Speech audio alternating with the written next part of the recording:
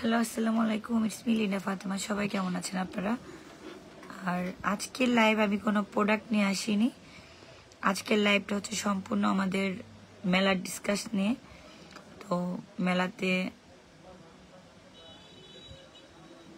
যে স্টলগুলো থাকবে, মেলাটা কোথায় হবে, কয়টা স্টল হবে, কয় তারিখে হবে, ইচ অ্যান্ড এভরিথিং আপনাদেরকে আমি আজকের লাইভে ক্লিয়ার করব।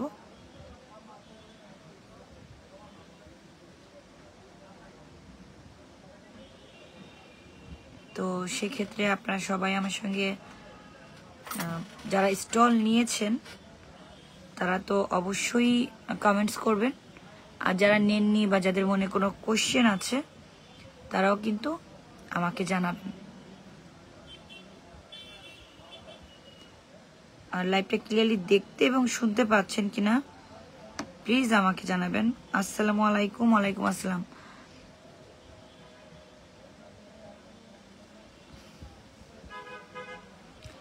যাক, ইয়ে শো করতেছে, সবাই একটু লাইভটা শেয়ার করবেন, কারণ আমি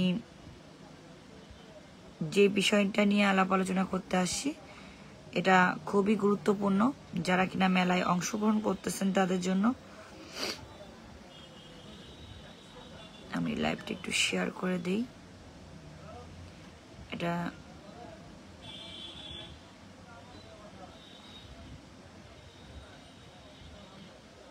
লাস্ট আমাদের একটা মেলা ক্যান্সেল হয়েছিল, সেটা আপনারা সবাই জানেন। ওই সময় আপনাদের অনেক মন খারাপ হয়েছিল, অনেকেই তখন এসেছিল আমার শোরুমে যে লিন্ডাপো মেলাটা হবে না। এবং আপনারা ভালো করে জানেন যে আমাদের মেলা ক্যান্সেল হয়েছিল, কিন্তু যে সকল স্টল মালিকরা আমাদের এখানে স্টল নিয়েছিল আমি কিন্তু তাদের সবার টাকা সুন্দরভাবে রিটার্ন করেছিলাম। কেউ ইনশাল্লাহ বলতে পারবে না যে লিন্ডাপো মেলার স্টল নিয়ে টাকা নিয়েছিল, বাট টাকা দেয়নি অথবা আমাদের টাকা ইয়ে করছে, ঘুরাইছে, মানে এই শব্দগুলো আশা করি কেউ বলতে পারবে না। আসসালামু আলাইকুম আপু, কেমন আছেন? আলহামদুলিল্লাহ ভালো আছি। তো ওই জায়গাটা থেকে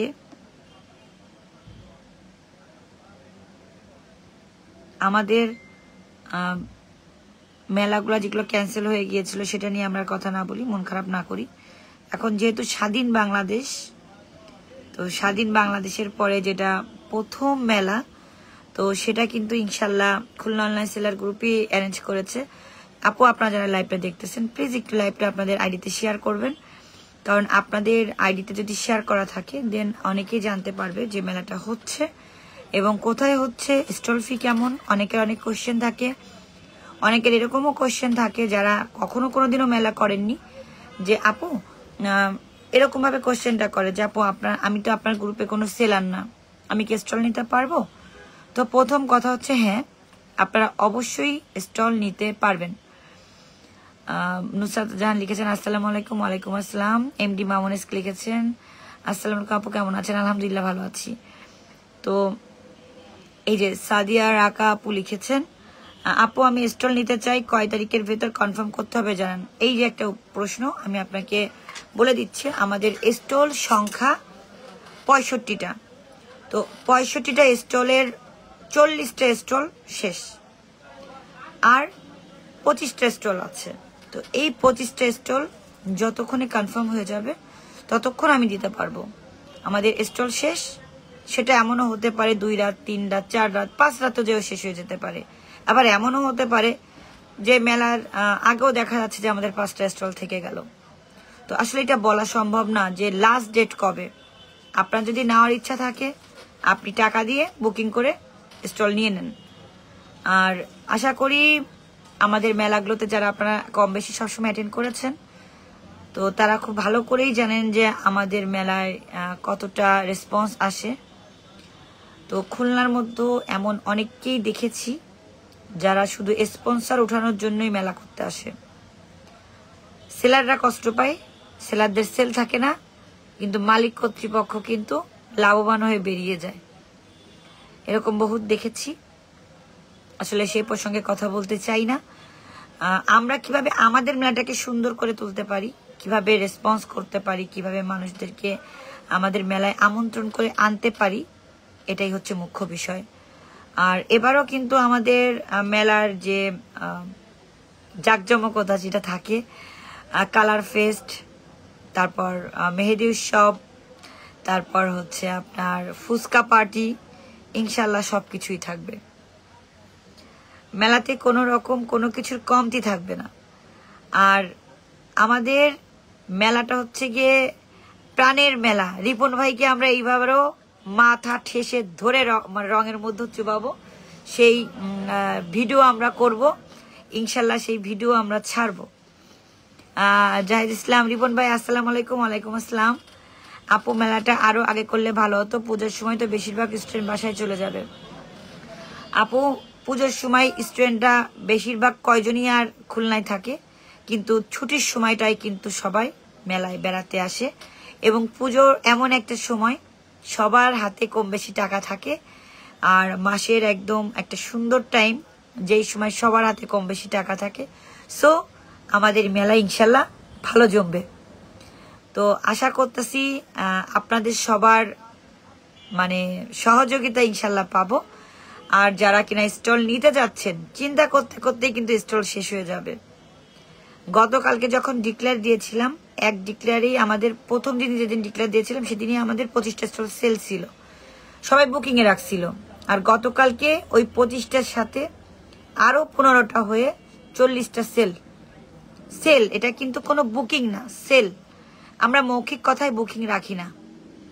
বালতি ভরে রং মাখানো হবে ভাইয়াকে। হ্যাঁ, আমরা রেডি আছি। রিপন ভাই আজকে ওই ভিডিওটা দেখে খুব ভালো লাগতেছিল। ওটাই ছিল আমাদের লাস্ট মেলা। গত বছর অক্টোবর বা নভেম্বরে ছিল, সেপ্টেম্বরে ছিল। গত বছর সেপ্টেম্বরে আমাদের মেলাটা ছিল। ওটা কিন্তু আমাদের লাস্ট মেলা ছিল।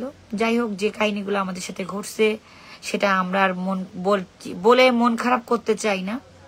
আল্লাহ যা করে ভালোর জন্য করে, হয়তো বা আল্লাহ ওই সময় চাইনি, এই জন্য আমরা করতে পাইনি। কিন্তু ইনশাল্লাহ এবার আমরা সেই রকম জাঁকজমকপূর্ণভাবে মেলা করব।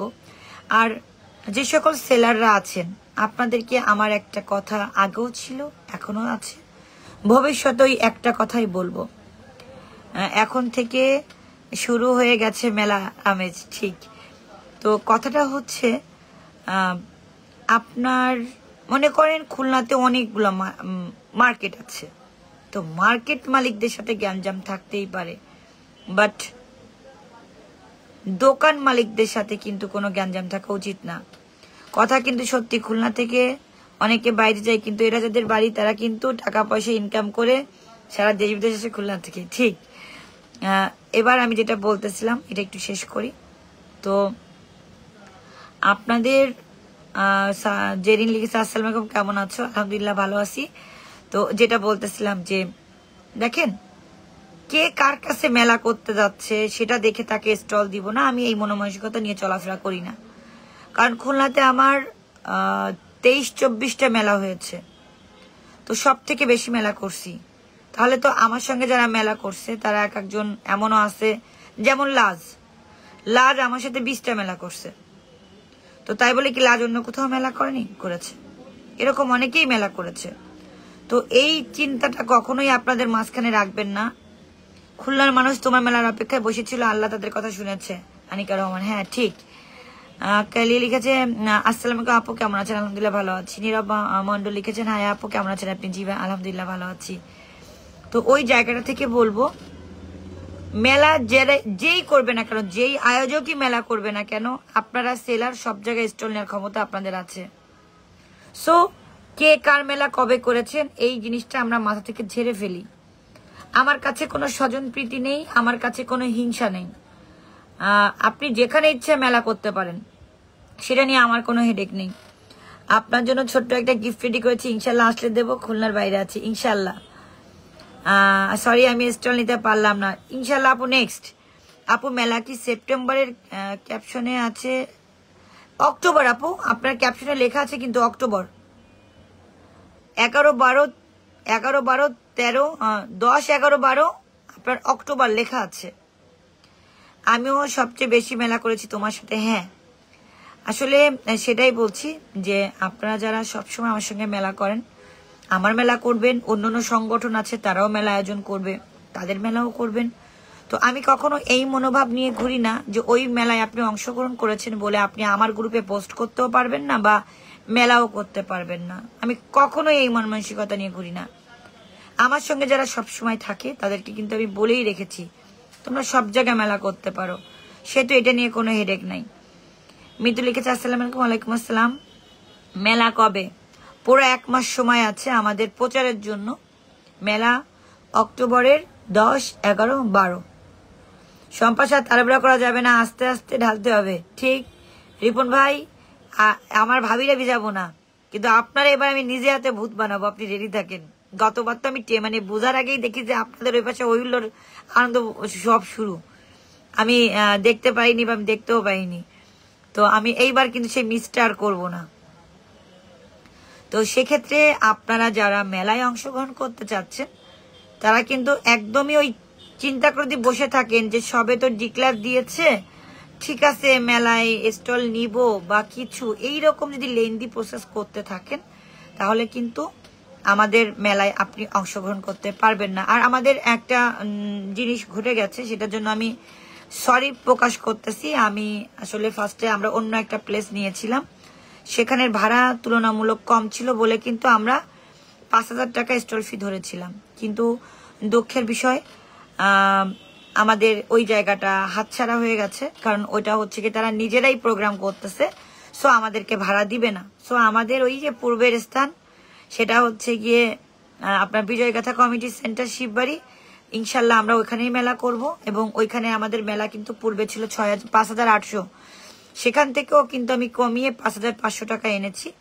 তো আমাদের যারা পূর্বে 5,000 টাকা করে জানতেন তাদের জন্য দুঃসংবাদ, আমাদের স্টল ফি 5,500 এবং স্থান হচ্ছে গিয়ে আপনার বিজয়গাথা কমিউনিটি সেন্টার। তো আশা করি আপু অন্যদের সাথে অ্যাডমিন থেকে বড় পার্থক্য, তুমি সব ছেলেদের স্বাধীনতা দাও, অনেকে এইসব কাজ করে। আপু কে কি করবে কে কি না করবে ডাজন্ট ম্যাটার, ওটা একদম তার ব্যক্তিগত বিষয়। আমি চাই আমি কি করব, সবার পছন্দের বিজয়গাথা কমিউনিটি সেন্টার। ঠিক, বিজয়গাথা কমিউনিটি সেন্টার এমন একটা জায়গা, এখানে হিউজ পরিমাণ জায়গা, আমরা মন খুলে কাজ করতে পারি, মানে আমাদের কোনো রেস্ট্রিকশন নাই, আমাদের কোনো ব্যাড কমেন্ট নিতে হয় না।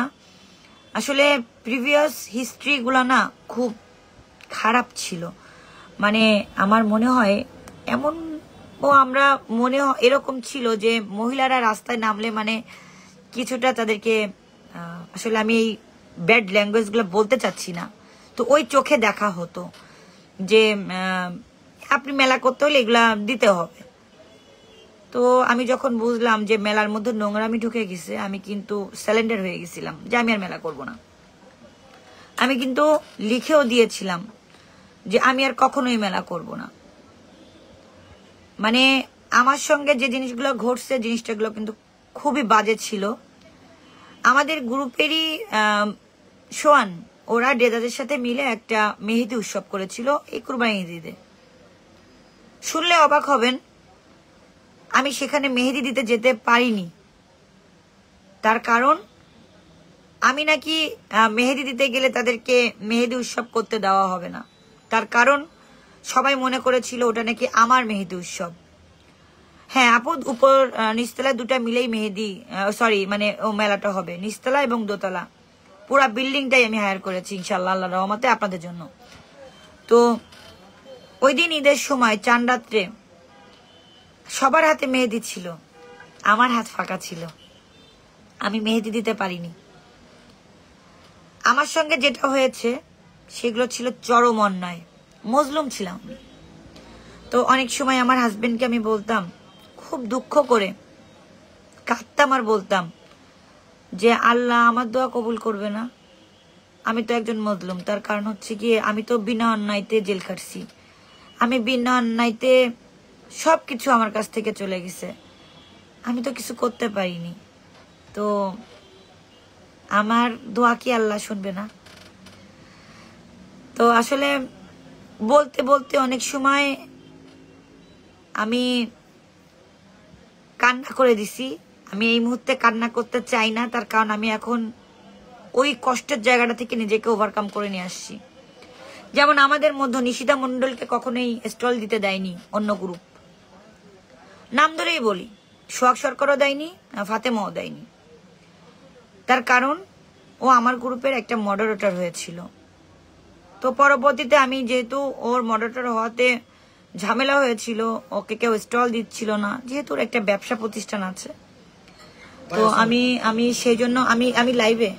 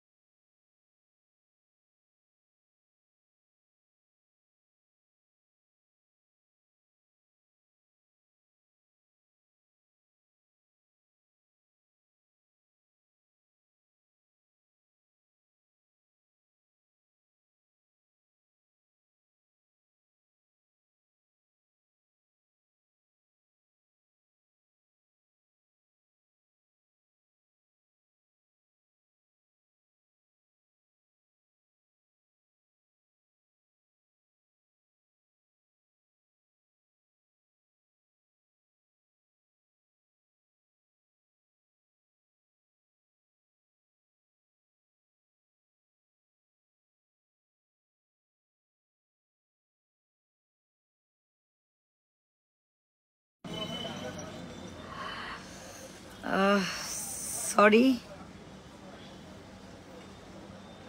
আসলে আমি সরি ফিল করতেছি এই কারণে, কারণ আপনারা বুঝতেই পারতেছেন এটা আমার ব্যবসা প্রতিষ্ঠান। তো ওই এবার দেখো তো কথা শোনা যাচ্ছে কিনা। আমার ব্যবসা প্রতিষ্ঠান, তো হঠাৎ করে অনেক কাস্টমার লোকজন চলে আসছিল, যার জন্য আমি ওনারা কথা বলতেছিল, এই কথাগুলো আসলে আপনাদেরকে শুনতে দিতে চাচ্ছিলাম না বলে আমি মিউটে ছিলাম। আর আপনারা বুঝতেই পারেন যে একটা মানুষ মানে এরকম ভাবে আমি একটা খুব বিভ্রান্তি পরিস্থিতি পড়ে গেছিলাম, যেদিকে আপনারা ওদিকে কাস্টমার, সো মানে কথার তালি হারাই গেছে। তো যাই হোক, মেলা হচ্ছে গিয়ে অক্টোবরের 10, 11, 12। তো ওই সময়টা কিন্তু ছুটি, আপনার ছুটির একটা সময়। তো ছুটির সময়টা কিন্তু প্রচুর পরিমাণ কাস্টমার আসবে, সেল হবে, এবং পাশেই কিন্তু শিববাড়ির পুজো খোলা, তো ওখানেও একটা পুজো মন্দির আছে, তো তারাও বেড়াইতে আসবে, যেহেতু আমাদের আয়োজনটাই কিন্তু পুজোটাকে ইয়ে করে মানে কেন্দ্র করে। আমার স্পন্সর থাকবো কিন্তু ভাবি, হ্যাঁ ইনশাল্লাহ। আপনারা যারা মেলায় স্পন্সর হিসেবে থাকতে চান, তারা যারা পরিচিতির জন্য আসতে চান, যারা প্যানা করতে চান, আপনারা কিন্তু আমার সঙ্গে যোগাযোগ করেন। কারণ অলরেডি আমরা আমাদের মানে যে বিজয় কাছাতে যে বড় প্যানাটা দিই, সেটা ইনশাল্লাহ আগামীকাল রেডি হবে। তো এই বড় প্যানাটার জন্য যদি কেউ মানে স্পন্সর করতে চান, তারা অবশ্যই আমাকে নক করবেন। তো সেই বড় প্যানাটার অনেক সময় দেখা যাচ্ছে যে অনেক দিন, দীর্ঘ 1-1.5 মাস ধরে কিন্তু এখানে থাকবে। তো এটা কিন্তু প্রচারের অনেক বড় মাধ্যম। ওই যে দেওয়ালটায় কিন্তু আমাদের অনেকগুলো প্যানা থাকবে, এটাও কিন্তু প্রচারের একটা বড় মাধ্যম। তো যেটা বলতেছিলাম, আপনারা যদি কেউ খুশি হবেন না, অখুশি হবেন না এই কারণে যে যদি আপনারা অন্য কোথাও মেলা করেও থাকেন, সেটা নিয়ে আমার কোনো হেডেক নেই। আপনাদের ইতস্ততা বোর্ডের থেকে আপনারা বেরিয়ে আসেন। আমি ওই রকম ছোট্ট চিপ মেন্টালিটি নিয়ে ঘুরি না যে আপনি কোথায় মেলা করছেন সেটা আমি মাথায় রেখে আপনাকে স্টল দিব না, এটা কখনোই সম্ভব না। সরি, মিডিয়া পার্টনার থাকো ভাবি, সেদিনের মিষ্টি পাই নাই ভাবি। ইমরান, তোমার মিষ্টি অবশ্যই পাওনা থাকলো, ইনশাল্লাহ পাবা। আর আমি কি মেলায় আসবো আপা? আপা আসতে পারবে না, আপা আসতে পারবে, ঠিক আছে। তো আসলে মাঝখানে অনেকে জয়েন্ট ছিল, খুব খারাপ লাগতেছে যে যারা জয়েন্ট ছিল তারা মিউটের সময় ছিল, অনেকে চলে গেছে, অনেকে আবার আসছে। তো আপনাদের সবাইকে রিকোয়েস্ট করব, আপনারা প্লিজ আমার লাইভটা একটু শেয়ার করে দিবেন, যেন আমার এই মেলার যেই কথাগুলা সবাই জানতে পারে। আমি সবাইকে ইনভাইট করতেছি আমার মেলায়। আজকে আমি যখন পোস্ট করেছিলাম তখন অনেকে আমাকে একটা আইডি নেম, একটা পেজের নেম, খুলনার একজন বিখ্যাত আপার নেম আমাকে মেনশন করে বলতেছিল যে আপনি তাকে স্টল দেবেন কিনা যদি সে স্টল চায়। তো আমি এটাও বলতেছি, যদি সে স্টল চায় আমি তাকে স্টল দেব, এটা নিয়ে আমার কোনো অসুবিধা নেই। কারণ আমি তাদের মতো অত হিংসা পরায়ণ না, আক্রমণাত্মক না যে আমি এই কাজগুলো করব। সে আমার নামে যা খুশি বলে বলুক, যা খুশি করে করুক, এটা নিয়ে আমার কোনো হেডেক নেই, আগেও ছিল না, এখনো নেই। কারণ আমি জানি আমি কি করি এবং আমি কি করব। সো এইটা নিয়ে আমি কখনো কোনো বিষয় নিয়ে কথা বলি না। আপু কেমন আছো? আলহামদুলিল্লাহ ভালো আছি। কিয়া,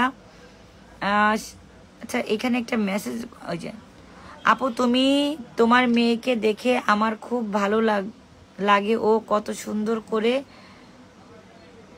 ধ্যানের এখানে বসতো ময়লা পোতায়। ও আচ্ছা, মানে সত্য কথা বলতে কি, আমার মেয়েটা যখন প্রথম বৈষম্য বিরোধী ছাত্র আন্দোলনের মধ্যে ও ইনক্লুডিং হলো, তখন কিন্তু আমি ফার্স্টে কিন্তু ওকে বলছিলাম যে মা তুমি যখন এর মধ্যে যাবে তুমি এটা জেনেই নাও, তুমি কিন্তু মার খেতে পারো, চেয়ার সেল খেতে পারো, অনেক কিছু খেতে পারো, তোমাকে পুলিশও অ্যারেস্ট করবে, অনেক কিছু হবে।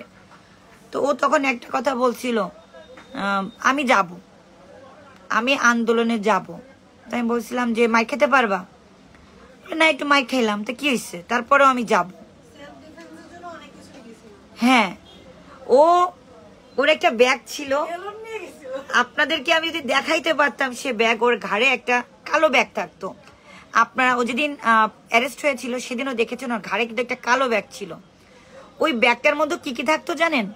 ও বাসায় বসে পেপার স্প্রে তৈরি করছিল।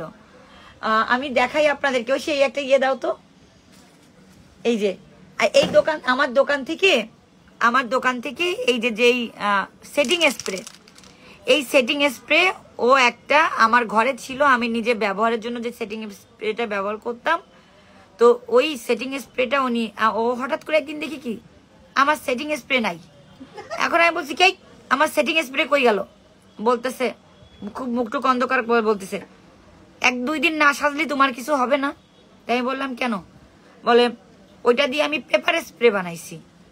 আমি বলছি পেপার স্প্রে মানে? বলে ওইটা আবার আন্দোলন শেষ হয়ে যাক, আমি পেপারটা ঢেলে রেখে আবার নতুন করে ধুয়ে টুয়ে তোমাকে আবার এই স্প্রে ভরে দেবো। তাই আমি বলছি কি এই স্প্রে ভরে দিবা, ওই সময় ওই পেপার স্প্রে তুমি কি দিয়ে বানাইছো? তো আমাকে বলতেছে যে আমি পানি নিছি ঝালেরি করে, বুঝিনি, আমি কাজ করতেছি, আমি লাইভে আছি, সেটা তোমার বাইরে যে কথা বলো। এবার আমি ওই পেপার স্প্রে কি করব, পেপার স্প্রে নিয়ে আমি যখন আমাকে আক্রমণ করতে আসবে আমি তখন পেপার স্প্রে মুখে মারি দেবো। তাই আমি বললাম আচ্ছা। এরপর ছিল একটা বেলুন, ওই যে ফিরে বেলুন বলে না, সেই বেলুন ছিল ওর একটা ব্যাগের মধ্যে। আর জানি ছোট একটা নাইফ ছিল। আমার রান্নাঘরে আমি যেই নাইফ দিয়ে কাটাকাটি করি ওটার অনেক রকম আছে, ছোট বড় মাঝারি চাপড়, যেটা দিয়ে আমি সবসময় কাটাকাটা করি। ওই ছোট একটা নাইফ ওর ব্যাগে ছিল। এবার আমি একদিন বলছি মা এতটুকু একটা নাইফ দিয়ে তুমি কি করবা, এই চাকু তোমার কোন কাজে আসবে?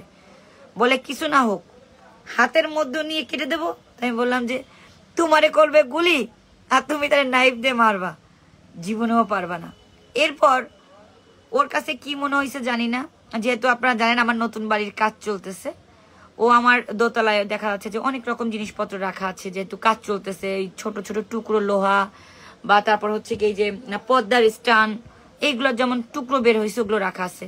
এরপরে দেখি সে একটা স্টিলের ইয়ে ছিল, ওই আপনার পাইপ। এবার দেখি সে পাইপ নিছে। তাই আমি বললাম কি হলো, এবার এটা দিয়ে কি করবা?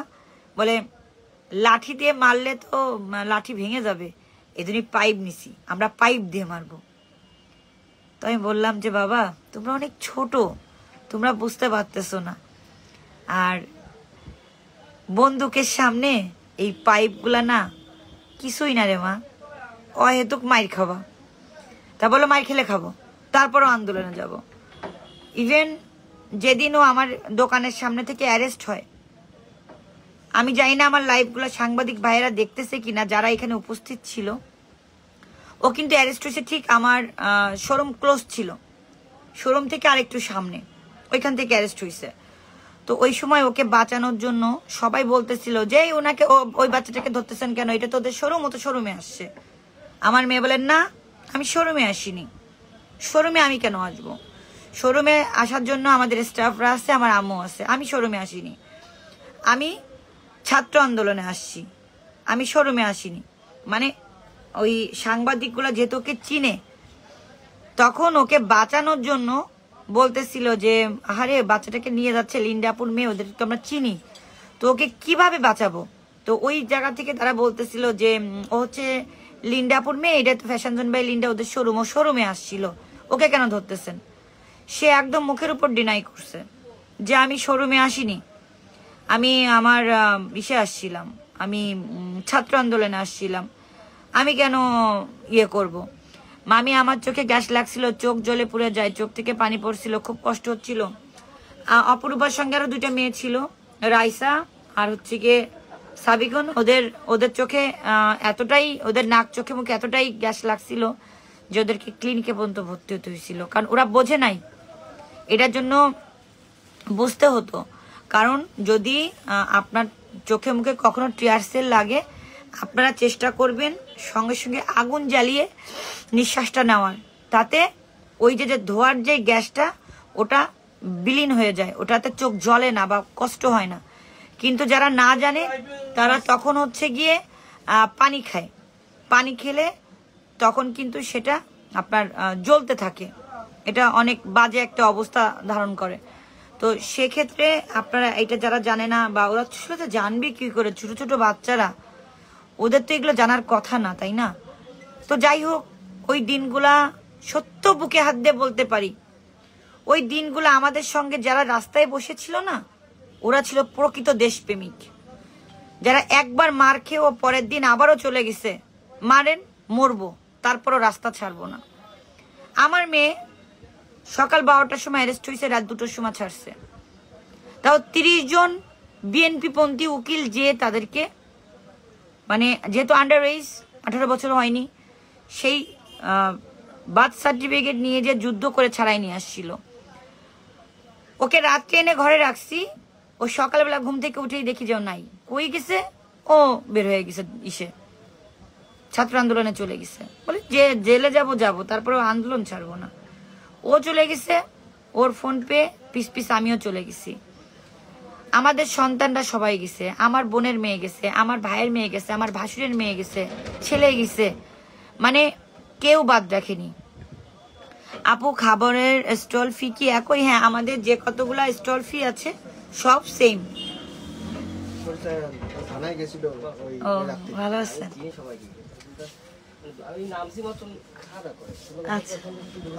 আচ্ছা, তো মানে আমাদের স্টল ফি সব সেম। এখানে খাবারের স্টল বা কাপড়ের স্টল, কসমেটিক স্টল মানে কোনো কথা নেই। আমাদের একটা খরচ থাকে, সেই খরচটা আমরা প্রতিটা স্টলে ভাগ করে দিয়ে একটা হিসাব করি, সেইভাবেই ছেড়ে দেই। তো আমাদের প্রতিবার বিজয় কথা স্টল ফি থাকে 5800, যারা সবসময় করে থাকেন তারা জানেন। সেটা কিন্তু এবার 5500। আমি আসলে চেষ্টা করেছিলাম এটা আরো কমানোর, যার জন্য আমরা কেডিএর মিনি কমিউনিটি সেন্টারটা ভাড়া নিয়েছিলাম, বাট ওটা ওনারা পারমিশন দেয়নি, ওরা দিবে না। সো আমরা ওটা ফেল খেয়ে গেছি, এই জন্য আমাদের স্টল ফি আবার আগের জায়গায় থেকে ফেরত গেছে। তারপরেও যেহেতু আমি বলেছিলাম আমি কিছুটা কনসিডার করব, কিছুটা কম নেওয়ার চেষ্টা করব, সেক্ষেত্রে আমাদের স্টল ফি 5000 টাকা, সরি 5500 টাকা। তো আশা করি আপনাদেরকে আমি মেলা সম্পর্কে কিছুটা হলেও বোঝাতে পেরেছি। আর যারা স্টলের নিতে চাচ্ছেন তারা খুব দ্রুত স্টল নিয়ে ফেলেন, কারণ আমাদের স্টল কিন্তু খুব বেশি নাই।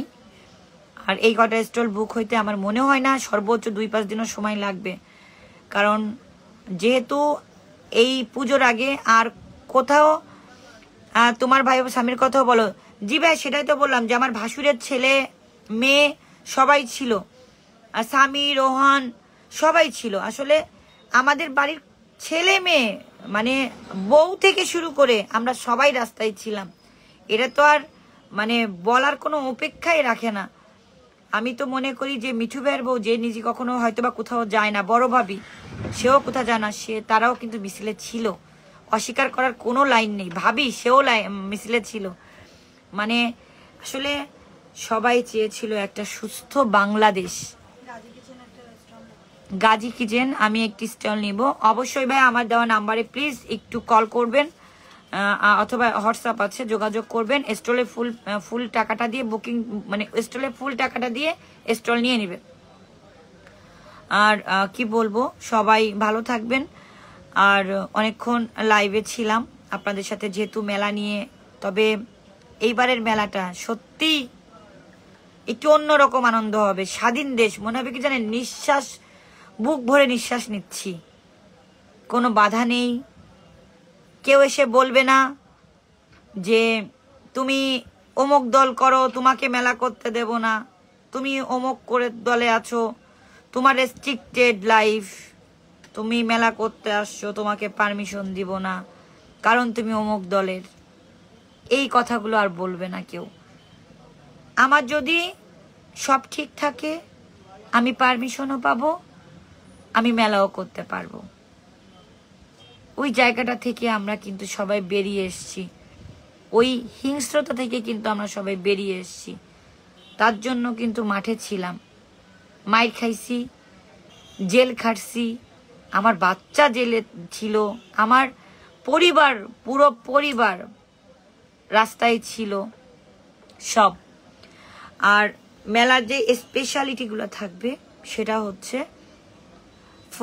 আপনার কালার ফেস্ট, ফ্রি ফুচকা, তারপর হচ্ছে গিয়ে কনসার্ট সব থাকবে। মানে আমাদের 360 ডিগ্রিও থাকবে, 360 ডিগ্রিও আনবো আপনাদের জন্য। ফ্রি ক্যামেরা মানে ক্যামেরা আনলিমিটেড ছবি তোলেন আমাদের প্রফেশনাল ক্যামেরাম্যান দিয়ে, যেটা সব সময় থাকে। আশা করি আমাদের ক্রিস্টাল শ্যুটটা সবসময় আমাদের সাথেই আছে। তো ক্রিস্টাল শ্যুটের বাইরে আমি আর কারোর কথা চিন্তা করি না এখনো পর্যন্ত, কারণ বিপদের সময় যে ছিল সুবাদে তাকেই থাকা রাখা উচিত। আমি কখনো টাকার বিনিময়ে স্পন্সর নিয়ে কাউকে বের করি না, এটা আপনারা জানেন। আর আপনারা যারা প্রমোশনের জন্য, নিজেদের প্রচারের জন্য মেলায় স্পন্সরশিপ দিতে যাচ্ছেন, অবশ্যই তারা যোগাযোগ করবেন। আবারও শেষ মুহূর্তের লাইভে আমি সবাইকে একটা অনুরোধ করতেছি, আপনারা কার গ্রুপে আছেন, কার গ্রুপে সেল পোস্ট করেন, কিভাবে করেন সেটা আমার দেখার বিষয় না। আপনারা চাইলে আমার মেলায় এসে স্টল নিতে পারেন। আসল কথা বলতে কি, এরা কারফিউকেও উপেক্ষা করে রাজপথ দখল করেছিল। ভাই ওই যে একটা বলছিল না যে একটাকে মারি একটাই মরে, আর একটা এসে দাঁড়ায় থাকে, যাইতো না। তো আমাদের এই প্রজন্মগুলা এতটাই শক্তিশালী যে ওরা দেখিয়ে দিয়েছে যুদ্ধ কিভাবে জয় করতে হয়, ভয় কিভাবে ভেঙে সামনে এগিয়ে যেতে হয়। তো আমি একটা কথা বলেছিলাম যে আমি কেন বাসায়, আমার বাচ্চা রাস্তায়, আমি কেন বাসায়। আমি কিন্তু এই স্লোগানটা দিয়েছিলাম খাবার দিতে, যে আমার বাচ্চা রাস্তায়, আমি কেন বাসায়। তো এই স্লোগানটা এরকমই ছিল যে মায়েরা বাবারাও রাস্তায় থাকবেন না, আপনার সন্তান রাস্তায় একা, তার পাশে যে আপনি দাঁড়ান, তবে বাচ্চাটা সাহস আরো বেশি বেড়ে যাবে। তো এই জায়গাটা থেকে কিন্তু অনেকে এগিয়ে এসেছিল। সম্পাশা, আমি অর্ধেক স্টল দিবা। ওকে, তোমার স্টল আছে, ওই নিয়ে টেনশন নাই। আর রমণী ফ্যাশন, সে তো আগেই তার জায়গা বুকিং দিয়ে রাখছে, কারণ ওরা তো কেউ স্টল দেয় না। রমণী ফ্যাশনটা কেউ স্টলই দিতে চায় না, কারণ সে নাকি লিন্ডার মেলা করে, এই জন্য রমণী ফ্যাশন স্টল পায় না। এগুলো ঠিক না। সেলার সব জায়গায় স্টল নিতে পারবে। আমিও যখন মনে করবো যে আমি একটা সেলার, আমিও আপনার অন্য গ্রুপের কাছে বলতে পারি আমি স্টল নিব, যদি সে দিবে না সেটা আমি জানি। কিন্তু তারা যদি আমার কাছে এসে বলে ইন্ডাপো আমি স্টল নিব, আমি জানেন আপনাদের থেকে তাকে প্রায়োরিটি দিয়ে তাকে সব থেকে বেস্ট স্টলটা দিব, এবং আপনারা সেটা দেখতে পারবেন যদি এমন কোনো দিন কেউ আসে। যাই হোক, অনেক কথা বললাম, ক্ষমা সুন্দর দৃষ্টিতে দেখবেন। আচ্ছা, অর্ধেক স্টল কি আপনাদের সেটা ভাঙিয়ে বলি, অনেকেই জিজ্ঞাসা করতেছেন, অনেকে বোঝেন না। আমাদের স্টল হচ্ছে গিয়ে ডেকোরেটর যে টেবিল থাকে আপনার 5.5 ফিট বাই 4 ফিটের, যেই ডেকোরেটর টেবিলে বসে আমরা সাধারণত বিয়ের অনুষ্ঠানে খাই, ওই টেবিলটাকে বলি আমরা একটা স্টল। ওই একটা স্টলের ভাড়া 5,500 টাকা, এবং ওই স্টলটাকে যারা 2 জন ভাগ করে ব্যবহার করে সেটাকে বলা হয় অর্ধেক স্টল। 2 মালিক অর্ধেক অর্ধেক করে ব্যবহার করবে, এটাই। তো সবাই ভালো থাকবেন, আশা করি বুঝতে পেরেছেন। আর আমাদের স্টল ফি পুরোটা টাকা জমা দিয়ে স্টলটা বুকিং নিয়ে নেন, না হলে আমি স্টল রাখতে পারবো না, কারণ আমাদের বিজয় গাথাতে পুরো টাকা জমা দিতে হবে। রমণীর স্টল গত বছর লাস্ট মেলা থেকে সেখানে, ইনশাল্লাহ সেখানেই থাকবে, ইনশাল্লাহ এবারও আসবে। তো সবাই ভালো থাকবেন, লাইভটা শেষ করছি। আর মাঝখানে মিউট হওয়ার জন্য আমি দুঃখিত, আমি 2 হাত জোর করে অনুরোধ করতেছি, কেউ কিছু মনে নেবেন না। সবাই ভালো থাকবেন, আর মেলায় সবাই আসবেন, সবাই সবাই সবাই আসবেন।